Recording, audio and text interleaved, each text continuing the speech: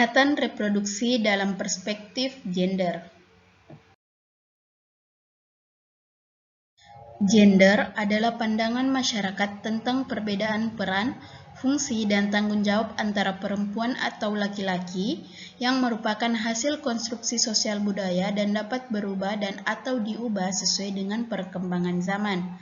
Seks atau jenis kelamin merupakan perbedaan antara perempuan dengan laki-laki secara biologis.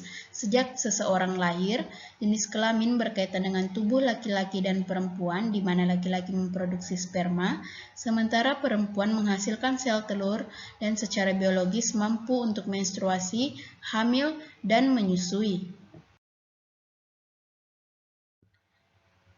Perbedaan antara seks dengan gender. Seks tidak dapat diubah, contohnya alat kelamin, sedangkan gender dapat diubah, contohnya peran dalam kegiatan sehari-hari. Kemudian, seks tidak dapat dipertukarkan, contohnya jakun pada laki-laki, payudara pada perempuan. Sedangkan gender dapat dipertukarkan, di mana contohnya peran istri dapat digantikan suami dalam mengasuh anak, memasak, dan lain-lain. Kemudian, seks dalam berlaku sepanjang masa, contohnya status sebagai laki-laki dan perempuan tidak pernah berubah sampai kita mati. Sedangkan gender tergantung kepada kebudayaan, contohnya sikap dan perilaku keluarga lebih mengutamakan laki-laki daripada perempuan selalu.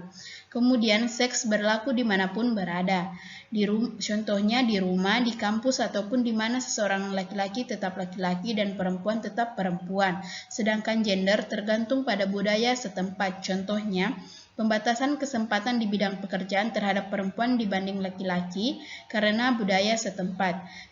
Kemudian seks merupakan kodrat Tuhan, contohnya ciri utama laki-laki berbeda dengan perempuan, sedangkan gender bukan merupakan kodrat Tuhan, contohnya sifat atau mentalitas antara lelaki dengan perempuan bisa sama. Kemudian seks merupakan ciptaan Tuhan, contohnya perempuan bisa haid, hamil, melahirkan, dan menyusui, sedangkan laki-laki tidak bisa. Sedangkan gender buatan manusia, contohnya laki-laki dan perempuan berhak menjadi calon ketua RT, RW, kepala desa, bahkan presiden. Budaya yang mempengaruhi gender. Gender dan kegiatan yang dihubungkan dengan jenis kelamin adalah hasil rekayasa masyarakat. Masyarakat menghubungkan jenis kelamin seseorang dengan perilaku tertentu yang seharusnya dilakukan, biasanya disebut dengan area kegiatan wanita dan kegiatan laki-laki. Peran jenis kelamin bahkan bisa tidak sama di dalam suatu masyarakat, tergantung pada tingkat pendidikan, suku, dan umurnya. Contohnya, dalam suatu masyarakat, wanita dari suku tertentu biasanya bekerja menjadi pembantu rumah tangga, sedang wanita lain mempunyai pilihan yang lebih luas tentang pekerjaan yang bisa mereka pegang. Diskriminasi gender. Yang pertama, marginalisasi atau peminggiran, yaitu proses marginalisasi atau peminggiran atau pemiskinan yang mengakibatkan kemiskinan. Kemudian yang kedua, subordinasi atau penomorduaan adalah keyakinan bahwa salah satu jenis kelamin dianggap lebih penting atau lebih utama dibanding jenis kelamin lainnya. 3. Pandangan stereotipe atau citra baku, maksudnya adalah citra baku tentang individu atau kelompok yang tidak sesuai dengan kenyataan empiris yang ada. Salah satu stereotipe yang berkembang berdasarkan pengertian gender, yakni terjadi terhadap salah satu jenis kelamin, yaitu perempuan. Hal ini mengakibatkan terjadinya diskriminasi dan berbagai ketidakadilan yang merugikan kaum perempuan. 4. Kekerasan atau violence. Berbagai tindakan kekerasan terhadap perempuan sebagai akibat perbedaan muncul dalam berbagai bentuk. 5. Beban ganda atau double burden. Beban ganda yang harus dilakukan oleh salah satu jenis kelamin tertentu secara berlebihan. Gender mempunyai pengaruh besar terhadap kesehatan laki-laki dan perempuan.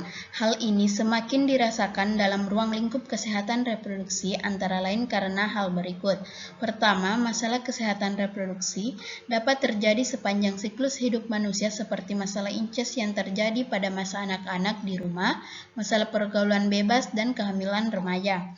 2. Perempuan lebih rentan dalam menghadapi risiko kesehatan reproduksi seperti kehamilan, melahirkan, aborsi tidak aman, dan pemakaian alat kontrasepsi, karena struktur alat reproduksi yang rentan secara sosial atau biologis terhadap penularan IMS termasuk STD, HIV, AIDS.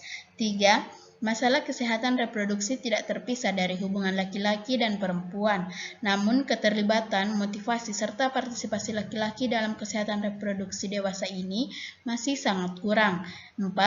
Laki-laki juga mempunyai masalah kesehatan reproduksi khususnya berkaitan dengan IMS, HIV, dan AIDS. Karena ini, dalam menyusun strategi untuk memperbaiki kesehatan reproduksi, harus dipertimbangkan pula kebutuhan, kepedulian, dan tanggung jawab laki-laki.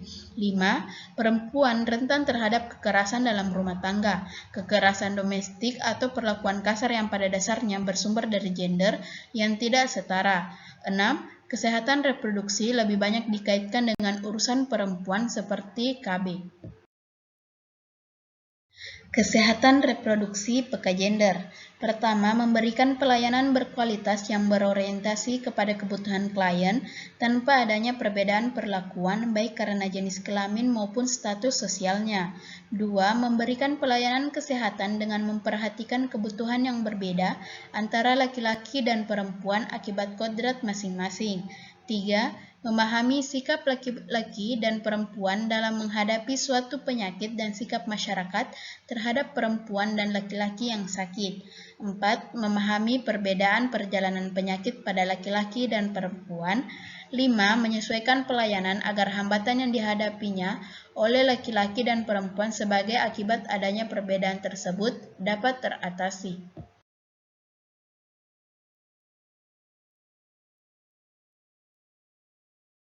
Pengarus utamaan gender atau gender mainstreaming adalah strategi yang dilakukan secara rasional dan sistematis untuk mencapai dan mewujudkan kesetaraan dan keadilan gender dalam sejumlah aspek kehidupan manusia, baik rumah tangga, masyarakat, dan negara, melalui kebijakan dan program yang memperhatikan pengalaman aspirasi, kebutuhan, dan permasalahan perempuan dan laki-laki ke dalam perencanaan, pelaksanaan, pemantauan, dan evaluasi dari seluruh kebijakan dan program di berbagai bidang kehidupan dan pembangunan.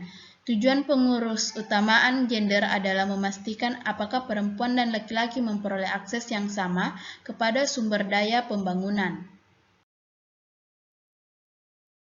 Sasaran pengarus utamaan gender adalah organisasi pemerintah dari pusat sampai ke lapangan yang berperan dalam membuat kebijakan, program, dan kegiatan. Selain itu, organisasi swasta, organisasi profesi, keagamaan, dan lain-lain, di mana mereka sangat dekat dan terjun langsung paling depan berhadapan dengan masyarakat.